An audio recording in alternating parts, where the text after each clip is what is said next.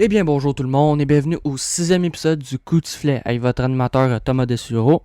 Aujourd'hui, on va parler d'un sport que j'avais parlé récemment avec la Classique mondiale, c'est le baseball. La saison de MLB a recommencé récemment.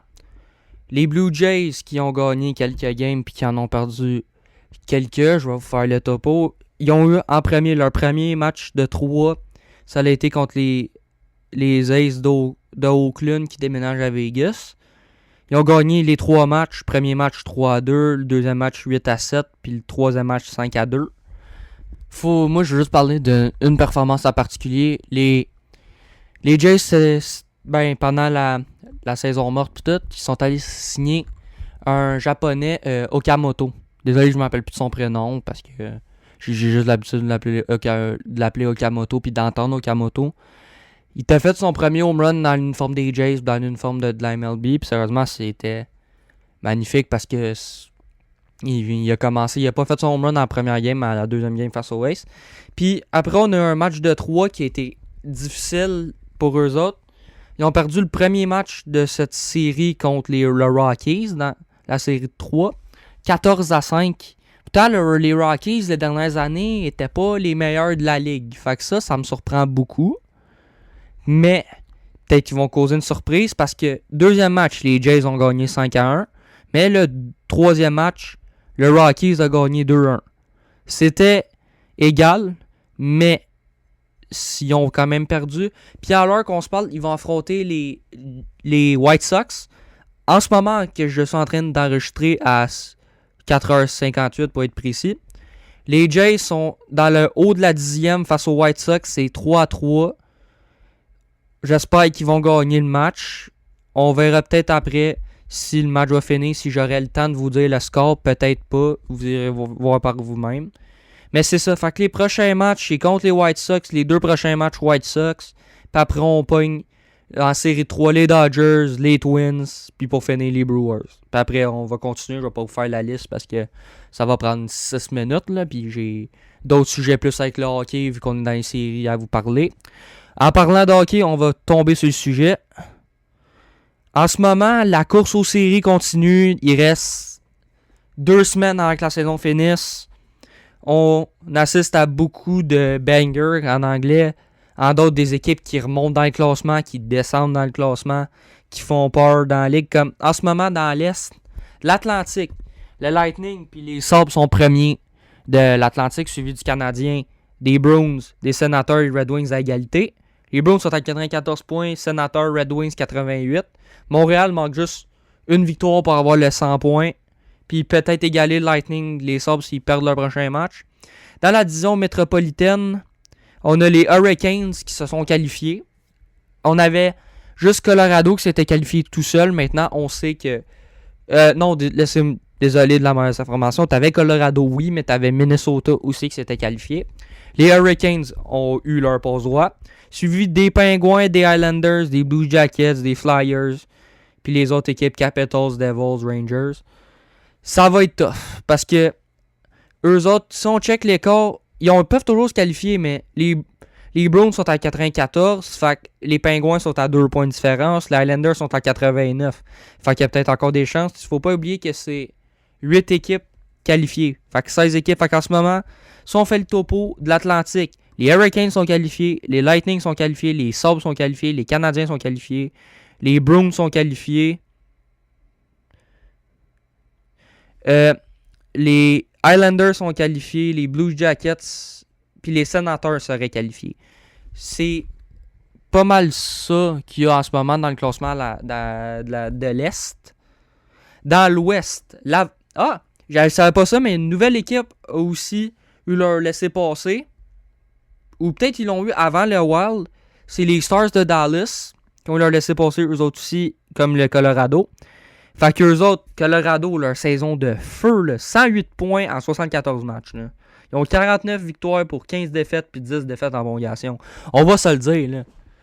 Moi, d'après moi, j'espère que le Canadien gagne la Coupe cette année, mais d'après moi, la Coupe est dans l'Ouest. Là. À voir comment ils se débrouillent les 3 équipes de la division centrale. Là. La division, la conférence Est, là, que ça soit Atlantique métropolitaine, là, ils sont faits. Là. À part s'ils causent une surprise, puis Colorado choke en première ronde. On a assisté à beaucoup d'affaires comme Boston. Pardonnez-moi. Boston, Tampa Bay. Dans la division Pacifique, les Ducks et les Oilers sont égalité premiers. Suivi des Golden Knights à 84 points. Mais dans la division centrale, on a aussi les Mammoths à 84. Fait que ça joue beaucoup entre les Golden Knights, mais en ce moment, les Predators, les Sharks, les Kings essayent de revenir dans le mix qui pourrait causer leur retour. Parce que de ce temps-ci, les Sharks, ça roule. Puis les autres équipes que je vous ai nommées roulent aussi. Entre autres, je veux juste parler d'une équipe en particulier dans la division métropolitaine, les Rangers. Oui, ils sont derniers de leur division. Oui, ils feront pas les séries. Comme tout Toronto qu'on a appris aujourd'hui ou hier soir que Toronto, c'était officiel, ils ne feront pas les séries. Enfin. Mais les Rangers, depuis qu'ils ont perdu Artemi Panarin, ils ont eu un petit pause, c'est qu'il y avait quelques petites défaites, mais ils sont en feu, là. La game hier contre Montréal, j'étais sûr qu'on la perdait, là.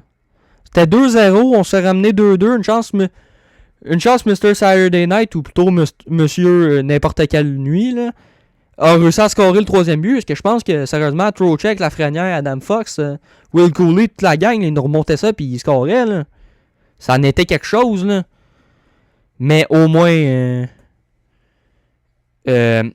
chose... pas bien. Caulfield, il a scoré... Hey, il manque plus qu'un but. Mais j'aimerais ça... Sérieusement, j'aimerais ça qu'il score pas demain. Parce que demain, on est à l'étranger encore. Moi, puis le lendemain, on joue à domicile contre les Devils.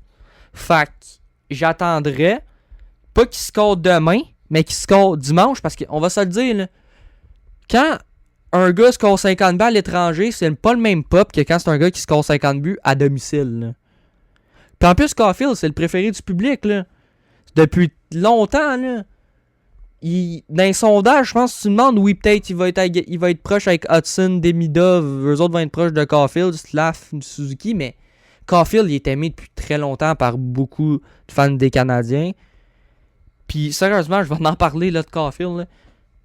C'est qui les directeurs généraux de 2019 qui se sont dit on va passer sur lui? Parce que tu check ça, là.